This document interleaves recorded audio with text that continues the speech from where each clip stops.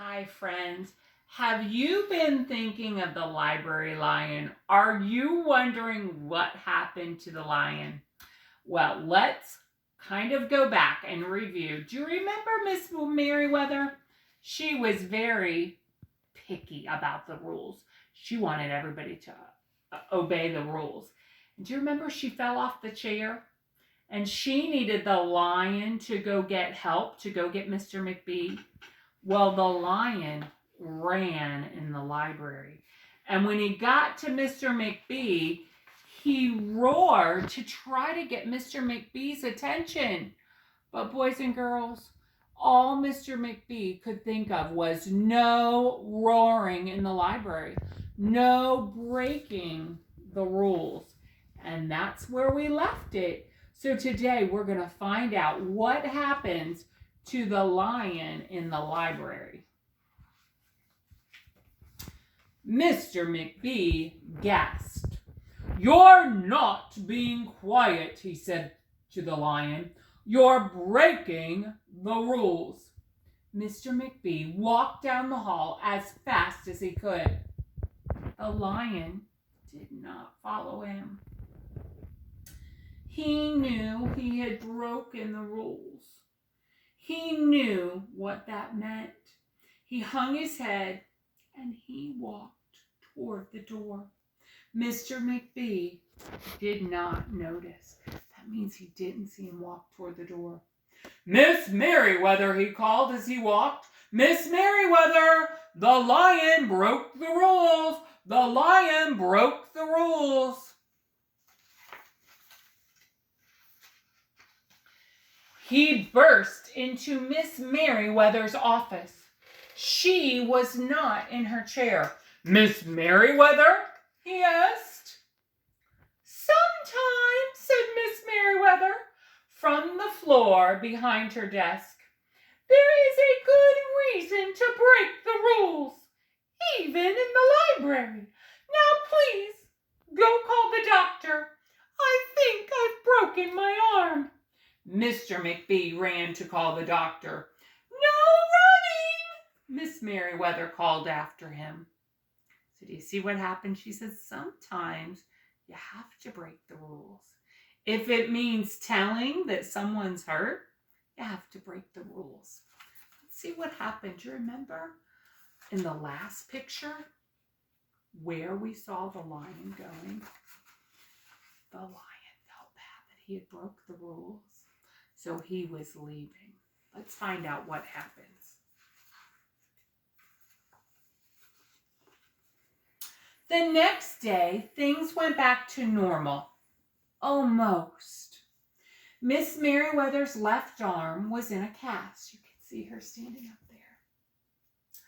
"I will have my lion to help me," Miss Merriweather thought. But the lion did not come to the library that morning. At 3 o'clock, Miss Merriweather walked over to the story corner. The story lady was just beginning a story for her children. The lion was not there.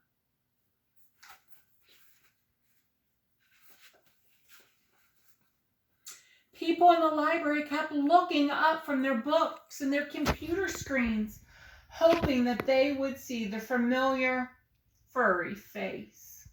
But the lion did not come that day. The lion did not come the next day. The lion did not come the next day either, or the day after that. Man, I bet they were missing their friend the lion at the library.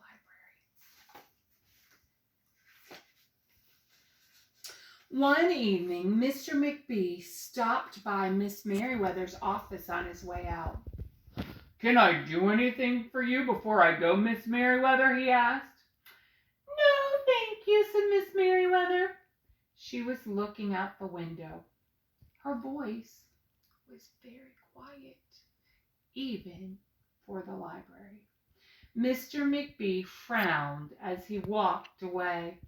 He thought there was probably something he could do for Mrs. Merriweather after all. Mr. McBee does for Miss Merriweather? Let's find out.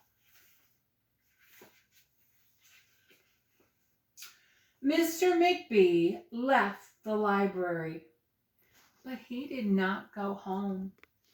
He walked around the neighborhood. He looked under cars. He looked behind bushes. He looked in the backyards and trash cans and tree houses. Boys and girls, what do you think Mr. McBee's looking for? Do you think he's looking for the lion? I think you're right.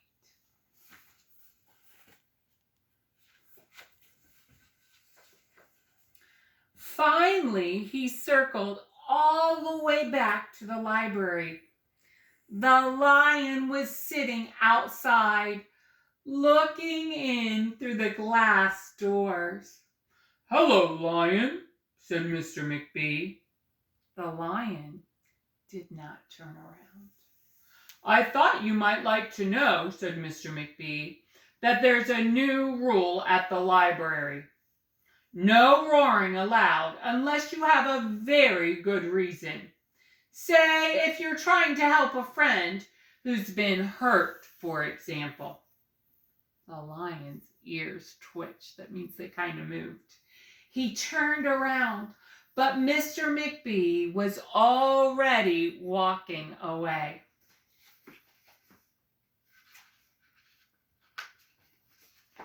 The next day, Mr. McBee walked down the hall to Miss Merriweather's office.